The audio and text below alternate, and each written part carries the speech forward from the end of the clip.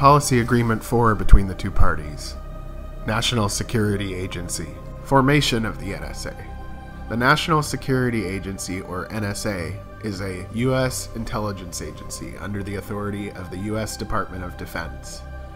The NSA is responsible for global monitoring, collection, and processing of data and information for foreign intelligence and counterintelligence purposes. The NSA is also officially tasked with protecting U.S. communications networks and information systems.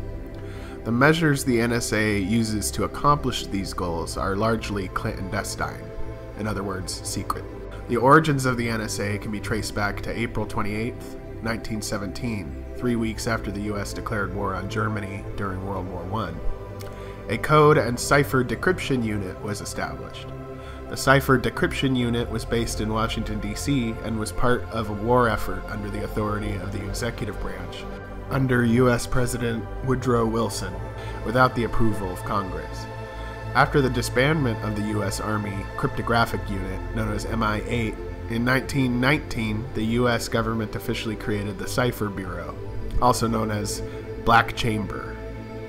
Black Chamber was the first peacetime cryptanalytic government institution of the United States. The Cipher Bureau was jointly funded by the U.S. State Department and the U.S. Army. Its mission was to break and decode diplomatic communications of other nations. Its most notable accomplishment was when it aided American negotiations considerably by providing them with the decrypted traffic of the foreign delegations at the Washington Naval Conference, most notably the Japanese. Black Chamber successfully persuaded the largest U.S. telegram company at the time, Western Union, as well as several other communications companies, to give the Black Chamber access to cable traffic of foreign embassies and consulates illegally. The Black Chamber was eventually shut down in 1929 by U.S. Secretary of State Henry L. Stimson, who defended his decision by stating, "Gentlemen do not read each other's mail." Originating as a unit to decipher coded communications in World War II, the NSA was officially formed in secret by President Harry S. Truman in 1952. Since then, it has become among the largest U.S. intelligence organizations in terms of budget and personnel. The NSA currently collects data on a massive scale and has been known to physically bug electronic systems as their main method to do this. The Secret Intelligence Service, or SIS, was created during World War II to intercept and decipher the communications of the Axis powers, such as Germany, Japan, and Italy. When the war ended, the Secret Intelligence Service was turned into the Army Security Agency, or ASA, and was placed under the leadership of the Director of Military Intelligence. On May 20th, 1949, all cryptographic activities were centralized under the national organization called the Armed Forces Security Agency, or AFSA. Originally established within the U.S. Department of Defense, this organization was put under the command of the Joint Chiefs of Staff. The AFSA was tasked to direct the Department of Defense communications and electronic intelligence activities. The AFSA was unable to centralize communications effectively enough and did not work with the Department of State or the Central Intelligence Agency or the Federal Bureau of Investigation close enough. President Harry S. Truman in December of 1951 ordered a panel to investigate how the AFSA had failed to achieve its goals. The result of the investigation led to the AFSA being rebranded as the National Security Agency without the approval of Congress. The NSA was formally established by President Truman by decree in a memo released on October 24, 1952. President Truman's memo was classified as well, and therefore the existence of the NSA was not known to the public at that time. Due to its clandestine nature, the NSA was typically referred to as no such agency.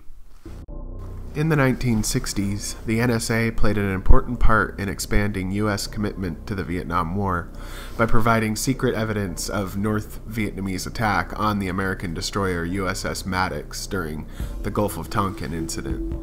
A secret operation known as Project Minaret was set up by the NSA to monitor the telephone communications of U.S. Senators Howard Baker and Frank Church, in addition to major civil rights leaders at the time, including Martin Luther King Jr., as well as prominent U.S. journalists, actors, intellectuals, and athletes who criticized the Vietnam War. An internal review by the NSA themselves concluded that the Minaret program was outright illegal.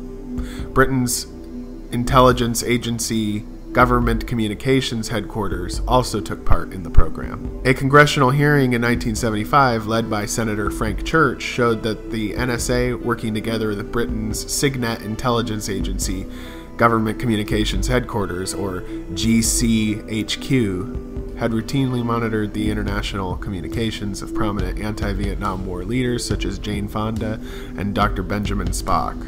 After President Richard Nixon resigned, there were multiple investigations of abuses of the FBI, CIA, and NSA powers.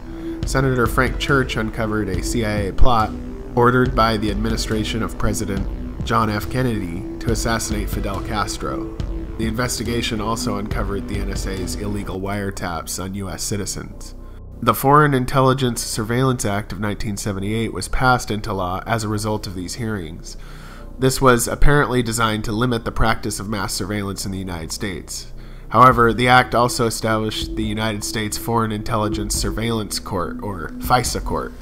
The FISA Court is a secret federal court in which the proceedings and records are closed to the public to oversee requests for surveillance warrants against foreign spies inside the United States by federal law enforcement intelligence agencies.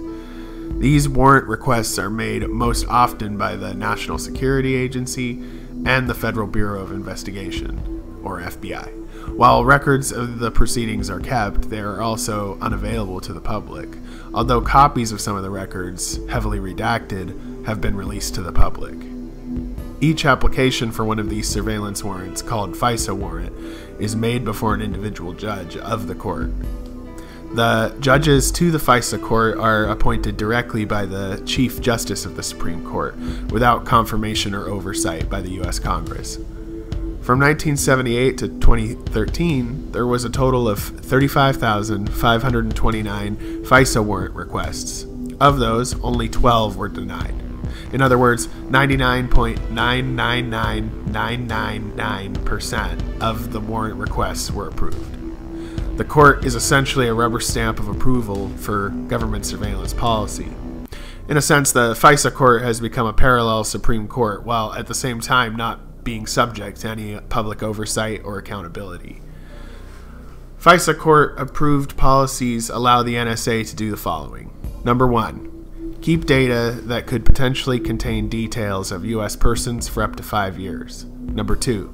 Retain and make use of accidentally acquired domestic communications if they contain usable intelligence, information, criminal activity, threat of harm to people or property, if the traffic is encrypted, or if it's believed to contain any information relevant to cybersecurity. Number 3. Preserve foreign intelligence information contained within attorney-client communications.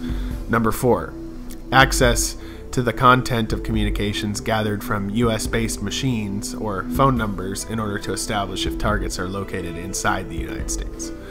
The broad spectrum of court orders and the procedures set out in the documents leaked by Edward Snowden in 2013 showed that the claims made by former President Obama and senior intelligence officials that the NSA could not access Americans' call or email information without a warrant was not truthful.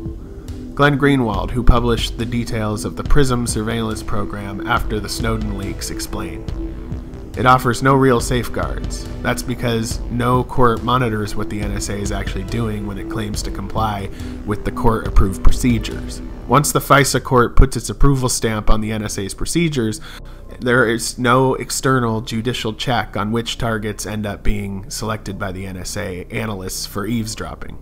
The only oversight for monitoring whether there's abuse comes from the executive branch itself. When the court was founded, it was composed of 7 federal district judges appointed by Chief Justice of the United States, and each serving a 7-year term, with 1 judge being appointed each year.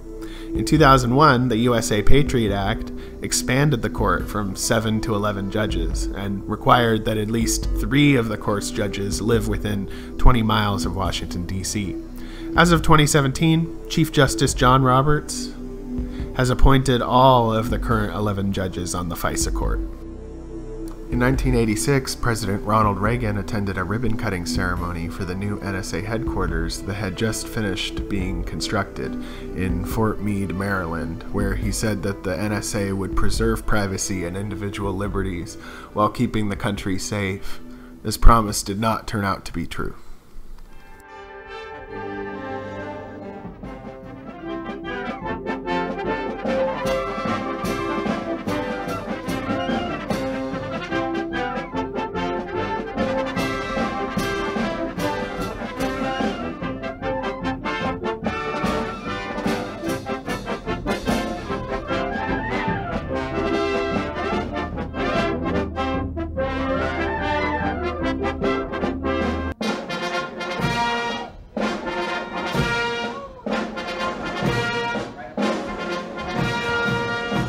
Ladies and gentlemen, the President of the United States and Mrs. Reagan.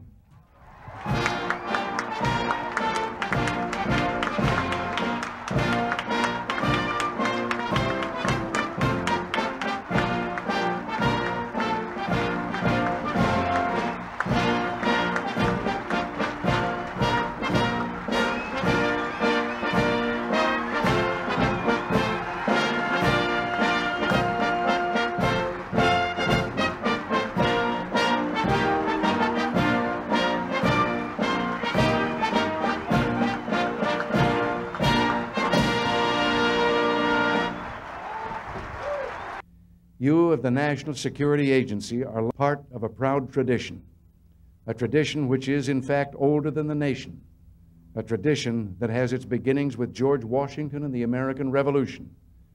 And you too make history quietly, silently, aware that your greatest moments, your greatest victories, if ever known at all, will be divulged only to generations many years from now. This does not deter you. You have chosen this work because you know that in a world where the dangers to our nation's freedom and security are grave and great, you provide a vital line of defense. You understand that since World War II, accurate, up-to-the-minute intelligence has saved lives, averted war, and kept alive the cause of freedom. You also understand that the loss of our own sensitive information can undermine the very foundations of our free society. And you work to get those twin challenges to meet those twin challenges by providing the crucial intelligence and safeguarding the security of our own communications and electronic networks. Today, your work continues not only to prevent conflict, but to fight terrorism, protect our security from hostile intelligence threats, guard the men and women of our armed forces around the world, and generally protect the values that we, our friends, and our allies hold dear. Without the product of your painstaking and dedicated efforts, we would, in a dangerous world, be blind and deaf. Without your long hours of selfless duty, often in far and forgotten corners of the world, we could neither protect America nor advance the cause of freedom. Without your success in guarding our vital communications, information, and technology, our adversaries would rob us of the secrets we need to be strong and secure. The simple truth is, without you, I could not do my job, nor could Secretary Shultz conduct diplomacy, nor could Secretary Weinberger or Admiral Crowe muster the forces that defend us. And so, while you serve in silence, while your success must go without recognition, often even by your own families, while you cannot share with them or your fellow Americans the pride you feel in protecting and guarding their future, let me today, in this place, speak for all of them. We are grateful for what you do, for the sacrifices you make, for your selfless commitment to our country, and for the limitations on your personal freedom, which you accept so your countrymen can live their lives in freedom and peace. We understand your burden, and we salute you. You carry on the struggle for freedom, and you too are heroes. America's proud of you, and we thank you. Of course, you cannot perform your work without proper support from the Department of Defense, the Director of General Intelligence or Central Intelligence, the White House, and the Congress. And today we're celebrating an example of that support. A new building complex, the most modern of its kind in the world. I want to congratulate you all, Cap Weinberger, Bill Casey, Bill Odom, and the members of the intelligence committees of the Congress who cooperated so effectively to make this building possible. When we took office 5.5 years ago, we promised to make America strong again. And today, we see a monument to that reassertion of American strength and security. War on Terror.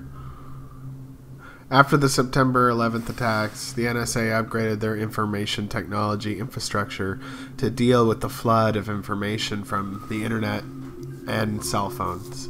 ThinThread was an advanced data mining program which had a quote-unquote privacy mechanism. Surveillance was stored and encrypted. A warrant would have to be required to decrypt the data. ThinThread was canceled when NSA Director Michael Hayden chose a program called Trailblazer, which had no privacy system and would not require a warrant to monitor data. Some NSA whistleblowers complained internally about major problems with Trailblazer. In response, NSA Director at the time, Michael Hayden, sent out a memo saying that individuals in a session with our congressional overseers took a position in direct opposition to one that we had corporately decided to follow. Actions contrary to our decisions will have a serious adverse effect on our efforts to transform the NSA, and I cannot tolerate them. It's worth mentioning that Michael Hayden is the only person to have served as the director of NSA and the director of the CIA, or Central Intelligence Agency. He is now employed by CNN as an analyst and is giving Americans the quote-unquote news on a daily basis.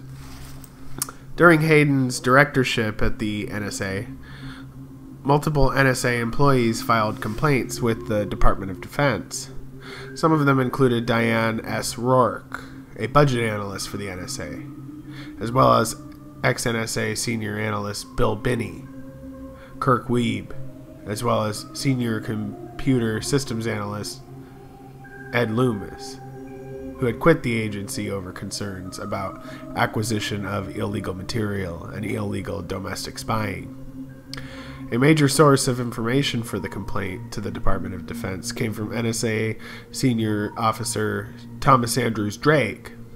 Drake had been complaining to his superiors for some time about illegal spying at the agency and about the superiority of ThinThread over Trailblazer at protecting privacy.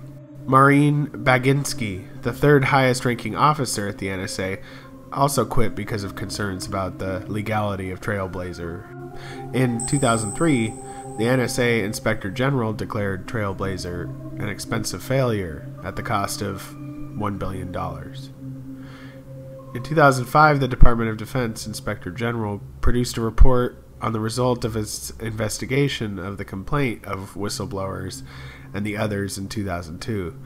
This report was not released to the public.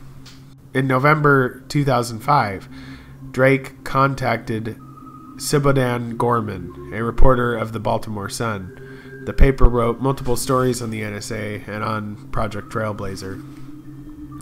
Later that year, President George W. Bush ordered the FBI to find who had disclosed information about the NSA electronic surveillance program to the press.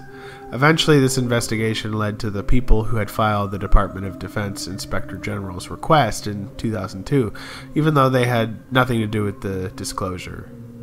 In 2006, George W. Bush attempted to soothe the American public who were concerned that laws were being broken, privacy was being violated, and assured the public that the NSA was only spying on people outside the country, not inside the U.S. This assurance turned out not to be true. Most of the accomplishments, of course, that happen out here have got to be secret. But I know the good work they're doing. And so I want to assure the American people that we are lucky to have such professional, smart people working day and night to protect us. The National Security Agency is playing a crucial part in the war on terror. First of all, the good folks who work out here understand we are at war, and they know what we know, that we face determined enemies who will strike without warning. And they know what I know, that we must learn the intentions of the enemies before they strike. That's what they do here. They work to protect us.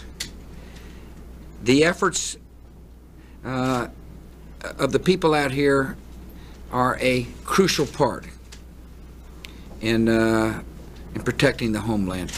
And they've been a crucial part in success in Iraq and Afghanistan as well.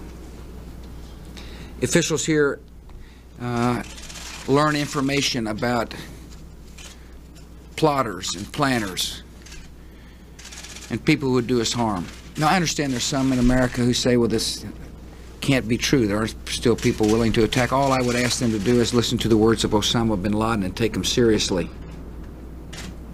When he says he's going to hurt the American people again, or try to, he means it. I take it seriously, and the people of NSA take it seriously, and most of the American people take it seriously as well.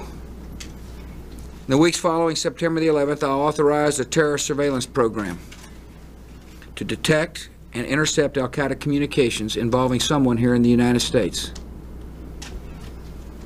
This is a targeted program to intercept communications in which intelligence professionals have reason to believe that at least one person is a member or agent of al-Qaeda or a related terrorist organization.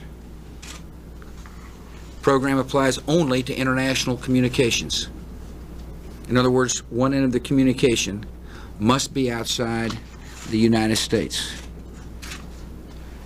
We know that two of the hijackers who struck the Pentagon were inside the United States communicating with al-Qaeda operatives overseas. But we didn't realize they were here plotting the attack until it was too late. Here's what General Mike Hayden said. He was the former director here at NSA.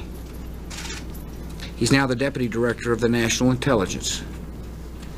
Deputy Director of National Intelligence. And here's what he said earlier this week. Had this program been in effect prior to 9/11, it is my professional judgment that we would have detected some of the 9/11 al-Qaeda operatives in the United States, and we would have identified them as such. After 9/11 Commission made clear, in this era of new dangers, we must be able to connect the dots before the terrorists strike so we can stop new attacks. And this NSA program is doing just that. General Hayden has confirmed that America has gained information from this program that would not otherwise have been available. This information has helped prevent attacks and save American lives. This terrorist surveillance program includes multiple safeguards to protect civil liberties, and it is fully consistent with our nation's laws and Constitution. Federal courts have consistently ruled that a president has authority under the Constitution to conduct foreign intelligence surveillance against our enemies. My predecessors have used the same constitutional authority on numerous occasions. And the Supreme Court has ruled that Congress gave the President additional authority to use their traditional tools or fundamental incidents of war in the fight against terror when Congress passed the authorization for the use of military force in 2001. These tools include surveillance to detect and prevent further attacks by our enemies.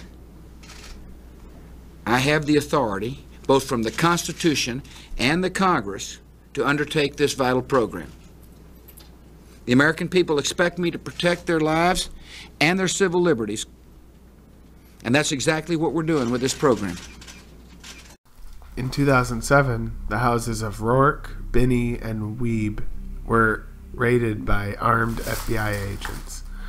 Binney claims the FBI pointed guns at both him and his wife's head, None of the people were ever charged with any crime.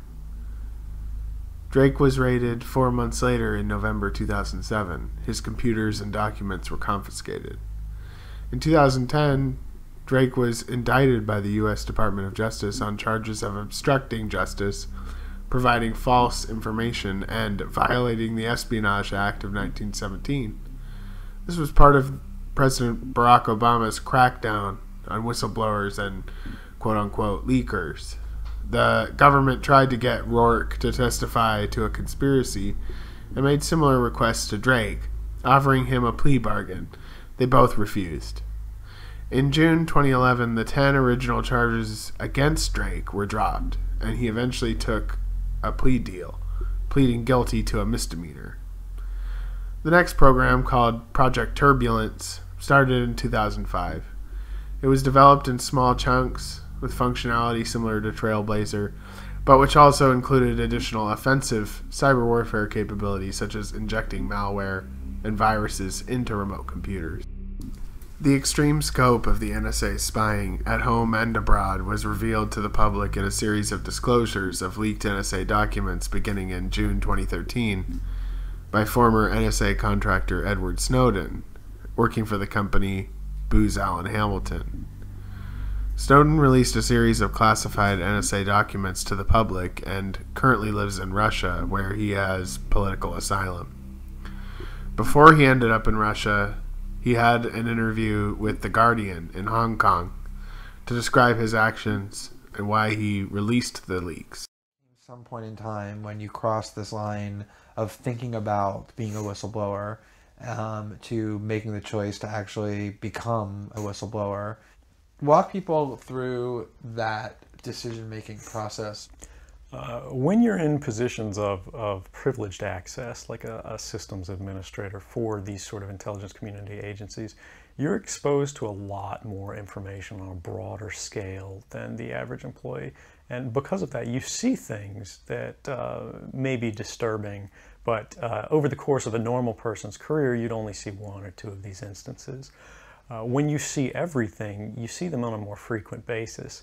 And you recognize that some of these things are actually abuses. And when you talk to people about them, in a place like this, where this is the normal state of business, people tend not to take them very seriously and move on from them. But over time, that awareness of wrongdoing sort of builds up, and you feel compelled to talk about it. And the more you talk about it, the more you're ignored, the more you're told it's not a problem. Until eventually you realize that these things need to be determined by the public, not by somebody who is simply hired by the government. Talk a little bit about how the American surveillance state actually functions. Does it target the actions of Americans? NSA and the intelligence community in general is focused on getting intelligence wherever it can, by any means possible, that it believes on the grounds of sort of a self-certification that they serve the national interest. Originally, we saw that focus very narrowly tailored as foreign intelligence gathered overseas. Now, increasingly, we see that it's happening domestically. And to do that, the NSA specifically targets the communications of everyone. It ingests them by default. It collects them in its system, and it filters them, and it analyzes them, and it measures them, and it stores them for periods of time, simply because that's the easiest, most efficient, and most valuable way to achieve these ends. So while they may be intending to target someone associated with a foreign government or someone that they suspect of terrorism, they're collecting your communications to do so. Any analyst at any time can target anyone, any selector anywhere. Where those communications will be picked up depends on the range of the sensor networks and the authorities that that analyst is empowered with. Not all analysts have the ability to target everything, but I, sitting at my desk, certainly had the authorities to wiretap anyone, from you or your accountant to a federal judge to even the president if I had a personal email. One of the extraordinary parts about this episode is that usually whistleblowers do what they do anonymously and take steps to remain anonymous for as long as they can, which they hope often is forever. You, on the other hand, have decided to do the opposite, which is to declare yourself openly as the person behind these disclosures. Why did you choose to do that? I think that the public is owed an explanation of the motivations behind the people who make these disclosures that are outside of the democratic model. When you are subverting the power of government, that's a fundamentally dangerous thing to democracy. And if you do that in secret consistently, you know, as the government does when it wants to benefit from a secret action that it took, it'll kind of give its officials a mandate to go, hey, you know, tell the press about this thing and that thing, so the public is on our side. But they rarely, if ever, do that when an abuse occurs. That falls to individual citizens, but they're typically maligned. You know, it becomes a thing of these people are against the country, they're against the government. But I'm not. I'm no different from anybody else. I don't have special skills. I'm just another guy who sits there day to day in the office, watches what's happening, and goes, this is something that's not our place to decide. The public needs to decide whether these programs and policies are right or wrong. And I'm willing to go on the record to defend the authenticity of them and say, I didn't change these. I didn't modify the story. This is the truth. This is what's happening. You should decide whether we need to be doing this. Have you given thought to what it is that the U.S. government's response to your conduct is in terms of what they might say about you, how they might try to depict you, what they might try to do to you? Yeah, I could be, you know, rendered by the CIA. I could have people come after me, or any of their third-party partners. You know, they work closely with a number of other nations. Or, you know, they could pay off the triads, or, you know, any of their agents or assets. We've got a CIA station just up the road in the consulate here in Hong Kong, and I'm sure they're going to be very busy for the next week. And that's a fear I'll live under for the rest of my life, however long that happens to be. You can't come forward against the world's most powerful intelligence agencies and be completely free from risk, because they're such powerful adversaries that no one can meaningfully oppose them. If they want to get you, they'll get you in time. But at the same time, you have to make a determination about what it is that's important to you. And if living unfreely but comfortably is something you're willing to accept, and I think many of us are, it's the human nature.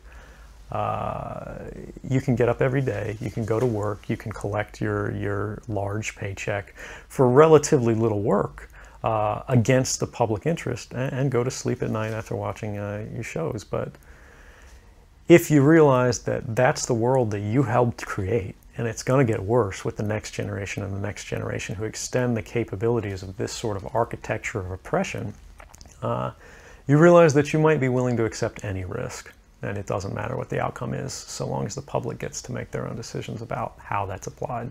Why should people care about surveillance? Because even if you're not doing anything wrong, you're being watched and recorded. And the storage capability of these systems increases every year consistently by orders of magnitude, to where it's getting to the point you don't have to have done anything wrong. You simply have to eventually fall under suspicion from somebody, even by a wrong call.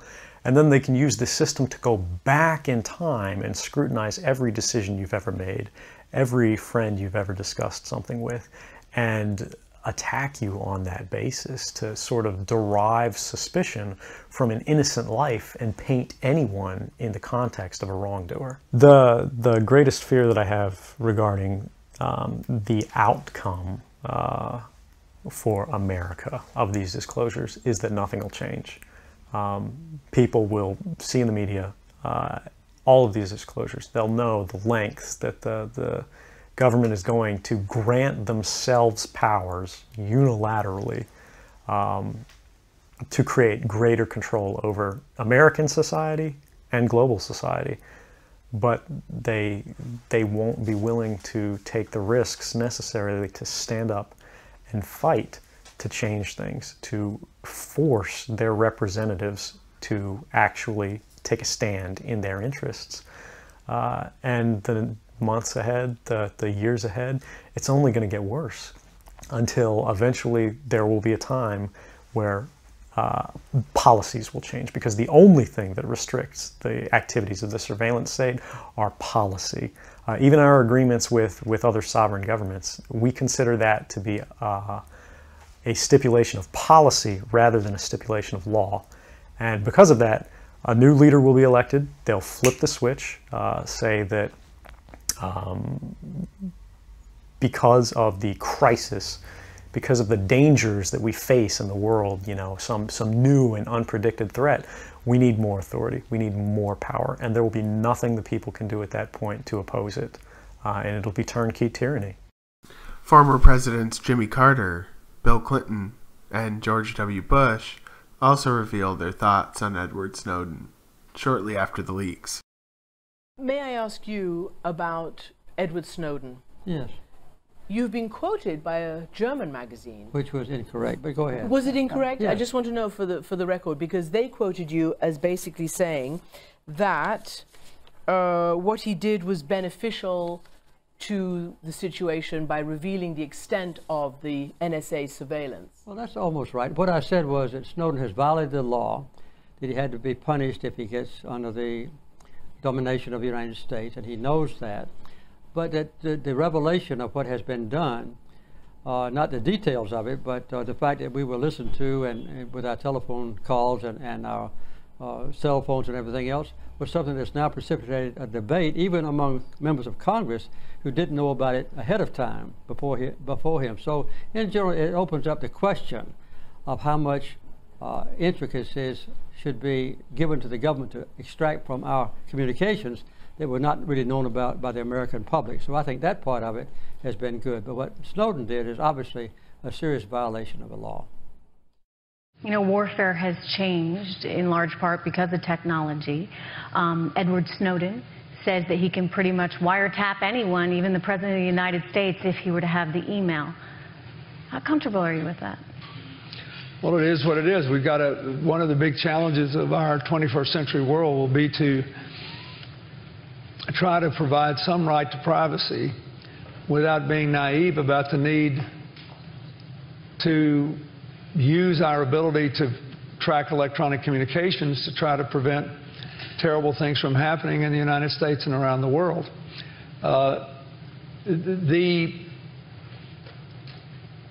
What Snowden says, I don't think really a lot of the things he said to me don't register with this PRISM program, which is designed to track communications overseas. And years ago, there was a court ruling which said that if you sent a letter to the Postal Service, back when snail mail was the reality for most of us, you couldn't open that letter without a court order showing probable cause and doing all that. You had a right to privacy to the contents of your letter. But you had already waived that right by writing an address and a name on it and putting it your return address, and it was okay for law enforcement officials to note who sent a letter and to whom they sent it. That's essentially what most of these government programs are now trying to do in monitoring telecommunications and email. And I think that the head of the NSA said it correctly yesterday. They have prevented a very large number of harmful actions. Now, and there probably will be someday, when there is the slightest evidence that anybody has penetrated the meat of the conversations, the meat of the emails, for political, financial, or personal advantage and destroyed someone's personal privacy, then I think there ought to be action to protect that. And I think the people that are doing this need to be thinking all the time about how we can create certain walls of privacy. But you can't really claim the benefits of all this technological stuff and put everything you've got in emails and expect, given the nature of the technology, to have the same measure of privacy we had when we didn't have to do that. Yeah. So you have to expect or anticipate. You have to anticipate. Yeah, and people should be, if they're worried about it, they ought to be careful what they put on emails. But but I do think there will be a real effort to construct more privacy protections to the substance of the communications that don't have anything to do with national security or breaking the law. I think that the courts, the FISA courts, have done a pretty good job of approving specific piercing of the walls of privacy of communications in electronics, for example, and requiring in advance at least enough evidence to know that there's probable cause to believe a terrorist act or some other hugely criminal activity is about to occur. But I think we're in the middle of something that's emerging, and I think we're going to have to deal with it as we go along. And we think the right to privacy has been infringed too much with no corresponding benefit to our security. Then we'll have to construct some sort of protective cover for that. But I don't see any alternative to trying to attract all these groups around the world that are trying to basically wreck the ordinary operations of life in America or kill a lot of people. And so far, I'm not persuaded that they've done more harm than good. Do you think he's a traitor? I know he damaged the country, and the Obama administration will deal with it. But do you think it's possible for one man to really damage the security of the nation? I think he damaged the security of the country. And when it comes to surveillance, there can be real-time understanding of what you're Googling. I put the program in place to protect the country. And one of the certainties is civil liberties were guaranteed. So you don't think there's a compromise between security and privacy? I think there needs to be a balance, and I think, as the President explained, there's a proper balance. You don't want to criticize the Obama administration. Is that something that you've really made a decision not to do? I think it does any good.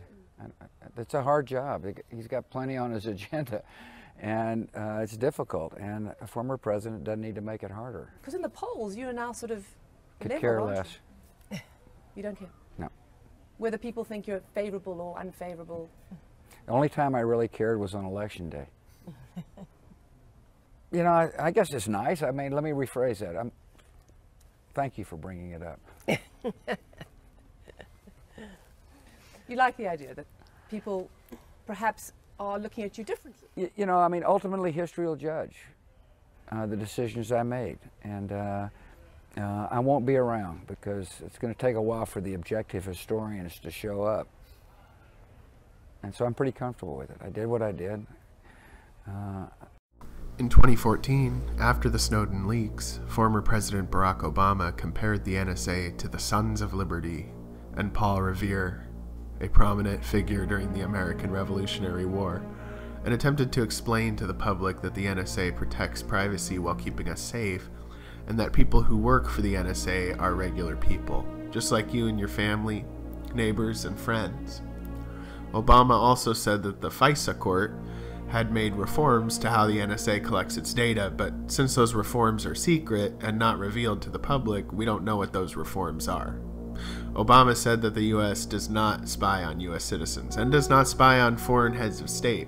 His statements turned out not to be true.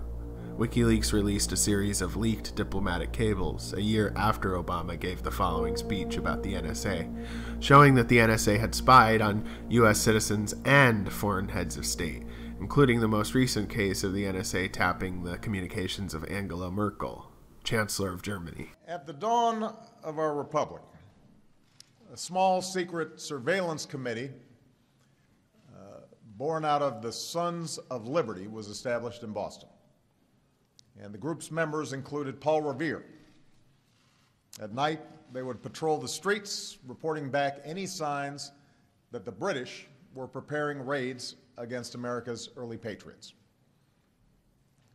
Throughout American history, intelligence has helped secure our country and our freedoms. In the Civil War, Union balloons reconnaissance tracked the size of Confederate armies by counting the number of campfires. In World War II, code breakers gave us insights into Japanese war plans. And when Patton marched across Europe, intercepted communications helped save the lives of his troops. After the war, the rise of the Iron Curtain and nuclear weapons only increased the need for sustained intelligence gathering. And so, in the early days of the Cold War, President Truman created the National Security Agency, or NSA, to give us insights into the Soviet bloc and provide our leaders with information they needed to confront aggression and avert catastrophe. Throughout this evolution, we benefited from both our Constitution and our traditions of limited government. U.S. intelligence agencies were anchored in a system of checks and balances. Improved rules were proposed by the government and approved by the Foreign Intelligence Surveillance Court, and we sought to keep Congress continually updated on these activities. What I did not do is stop these programs wholesale, not only because I felt that they made us more secure, but also because nothing in that initial review and nothing that I've learned since indicated that our intelligence community has sought to violate the law or is cavalier about the civil liberties of their fellow citizens. To the contrary, in an extraordinarily difficult job, one in which actions are second-guessed, success is unreported, and failure can be catastrophic, the men and women of the intelligence community, including the NSA, consistently follow protocols designed to protect the privacy of ordinary people.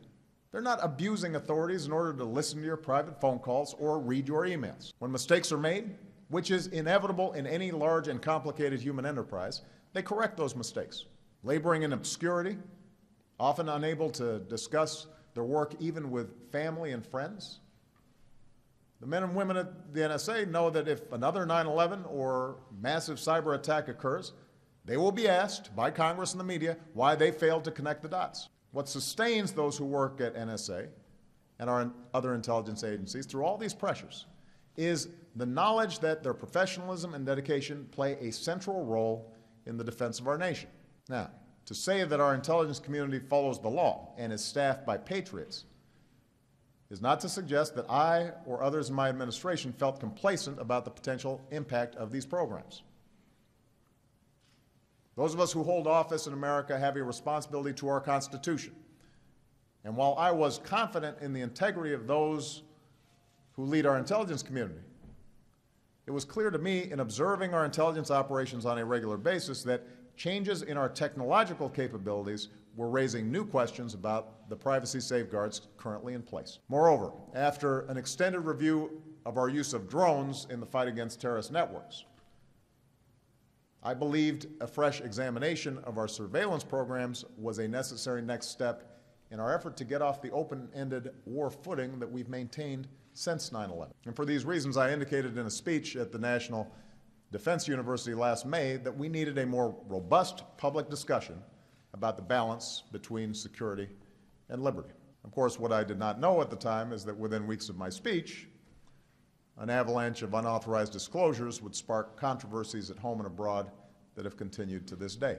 If any individual who objects to government policy can take it into their own hands to publicly disclose classified information, then we will not be able to keep our people safe or conduct foreign policy. Meanwhile, a number of countries, including some who have loudly criticized the NSA, privately acknowledge that America has special responsibilities as the world's only superpower, that our intelligence capabilities are critical to meeting these responsibilities, and that they themselves have relied on the information we obtain to protect their own people. After all, the folks at NSA and other intelligence agencies are our neighbors. They're our friends and family.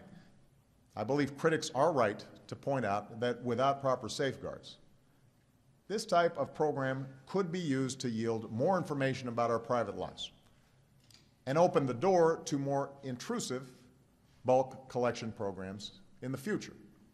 They're also right to point out that although the telephone bulk collection program was subject to oversight by the Foreign Intelligence Surveillance Court and has been reauthorized repeatedly by Congress, it has never been subject to vigorous public debate. I've also made it clear that the United States does not collect intelligence to suppress criticism or dissent, nor do we collect intelligence to disadvantage people on the basis of their ethnicity or race or gender or sexual orientation or religious beliefs. We do not collect intelligence to provide a competitive advantage to U.S. companies or U.S. commercial sectors. The bottom line is that people around the world, regardless of their nationality, should know that the United States is not spying on ordinary people who don't threaten our national security. And that we take their privacy concerns into account in our policies and procedures. This applies to foreign leaders as well. Given the understandable attention that this issue has received, I've made clear to the intelligence community that unless there is a compelling national security purpose, we will not monitor the communications of heads of state and government of our close friends and allies. Before he was elected president, Donald Trump shared his thoughts on Snowden and the leaks, saying that Snowden was a traitor. Later, when Donald Trump was elected president, his CIA director, Mike Pompeo, said that Snowden should be executed for the leaks. Former Attorney General Holder just the other day said perhaps some sort of plea deal could be in the works. He also said that Snowden spurred a necessary debate. Yeah. What would you do about Snowden? I think he's a total traitor, and I would deal with him harshly. And if I were president, Putin would give him over. I would get along with Putin. I've dealt with Russia. You think you'd get along with Putin? I think I'd get along with him fine. I think he'd be absolutely fine. He would never keep somebody like Snowden in Russia. He hates Obama. He doesn't respect Obama. Obama doesn't like him either. But he has no respect for Obama, has a hatred for Obama, and Snowden is living the life. Look, if I'm president, Putin says, hey, boom, you're gone. I guarantee you that.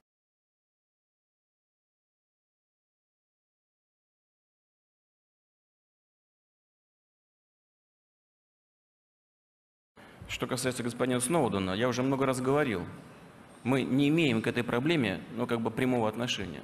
Вот он оказался на нашей территории. И я считаю, что из-за непрофессиональных действий самих американцев, которые его пытались поймать. Я же тоже в спецслужбах когда-то работал. Зачем они напугали весь мир?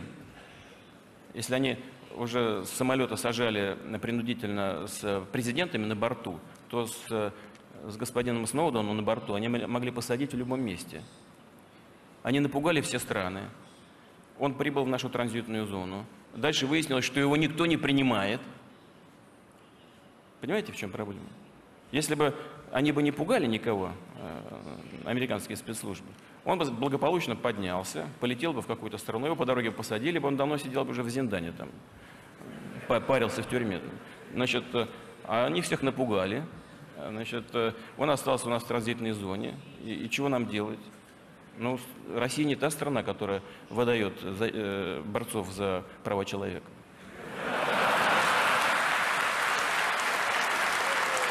Да. Ну, а что касается...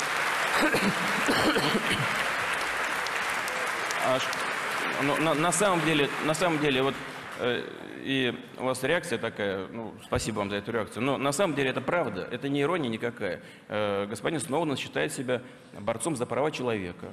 Он так выстроил свою жизнь. Я даже не знаю, вот он же молодой парень, да, как он дальше будет жить? Вот я говорю без всяких шуток, без иронии, без всякой.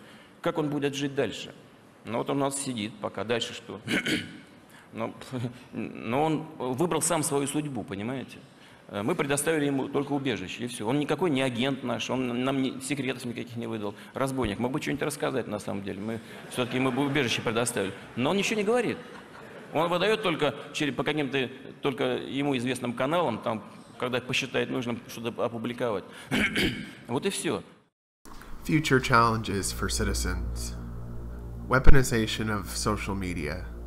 In recent years, social media platforms such as YouTube, Facebook, Twitter, and others have been implementing censorship at the behest of the US and Israeli governments, deleting accounts, removing posts, and marking posts as spam when they're not. Intelligence agents from the military, NSA, CIA, and others have infiltrated social media platforms with fake accounts, also spreading misinformation and attacking those who question the authority or the truthfulness of the statements coming from these companies and government organizations and prominent leaders. This technique is called astroturfing, in other words, fake grassroots, and the fake accounts are called sock puppet accounts. Over time, if citizens are being censored and not able to speak online, and if intelligence agents are able to spread whatever misinformation they want to protect the establishment, over time this can have the effect of making certain ideas and concepts seem mainstream when they're not, and can make anybody questioning these ideas seem either crazy, stupid, or a dangerous threat. Another potential danger lurking in the present but will become all-pervasive in the future is the use of predictive computer algorithms. Social media companies and governments can use these techniques to predict human behavior, organize people into social bubbles, create conflict between groups, and ultimately divide and conquer. Former Facebook President Sean Parker explains that the purpose of these social media networks was to manipulate people and to get them addicted to the platform. They talked about it, had concerns about it, but did it anyway. You know, if the thought process that went into building these applications, Facebook being the first of them to really understand it, that thought process was all about how do we consume as much of your time and conscious attention as possible. And that means that we need to sort of give you a little dopamine hit every once in a while because someone liked or commented on a photo or a post or whatever. And that's going to get you to contribute more content, and that's going to get you, you know, more likes and comments. I mean, it's a social validation feedback loop that it's like it's exactly the kind of thing that a hacker like myself would come up with, because you're exploiting a vulnerability in human psychology. And I think that the inventors, creators, and it's me, it's Mark, it's Kevin Systrom at Instagram, it's all of these people, understood this consciously, and we did it anyway. So is it okay to have the government monitor social media conversations and then to wade in and correct some of those conversations? With more on this, let's go to technology expert Carmi Levy. He's on the line from Montreal. Carmi, do you think the government's monitoring what you and I are saying right now? Is this whole thing getting out of line or what? It opens up a bit of a question. I'd like to call it a Pandora's box of, what exactly is the government's aim here? And what do they hope to accomplish with what they find out? And as they accumulate this information online, this data on us, where does that data go? And so, I think as much as we should applaud the government for getting into this area, the optics of it are potentially very Big Brother-ish. Mm-hmm. And the government really does need to be a little bit more concrete on what its intentions are and how it intends to achieve this. New evidence that government-owned computers at the Army Corps of Engineers office here in New Orleans are being used to verbally attack critics of the Corps comes in an affidavit from the former editor-in-chief of NOLA.com.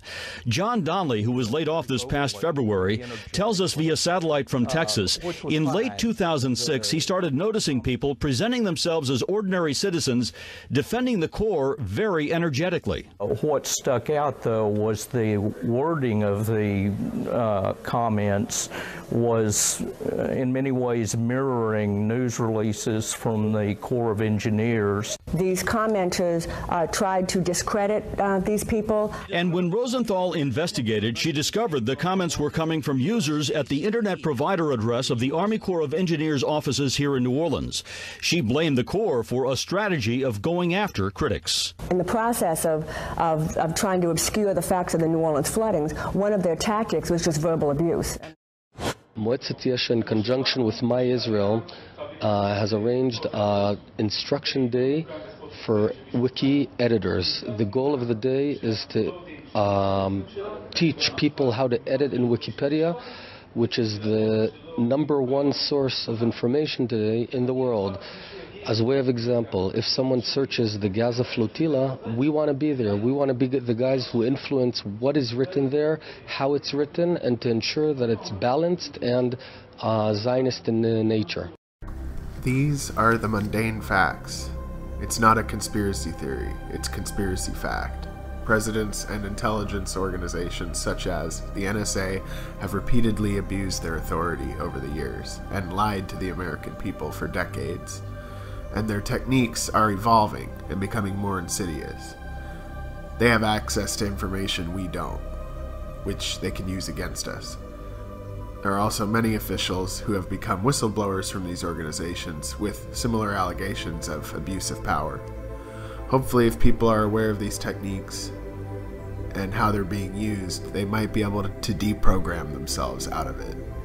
Dividing and misinforming the public is the only way the establishment oligarchy remains in power. If the people come together despite their differences, the political pressure can force changes to happen.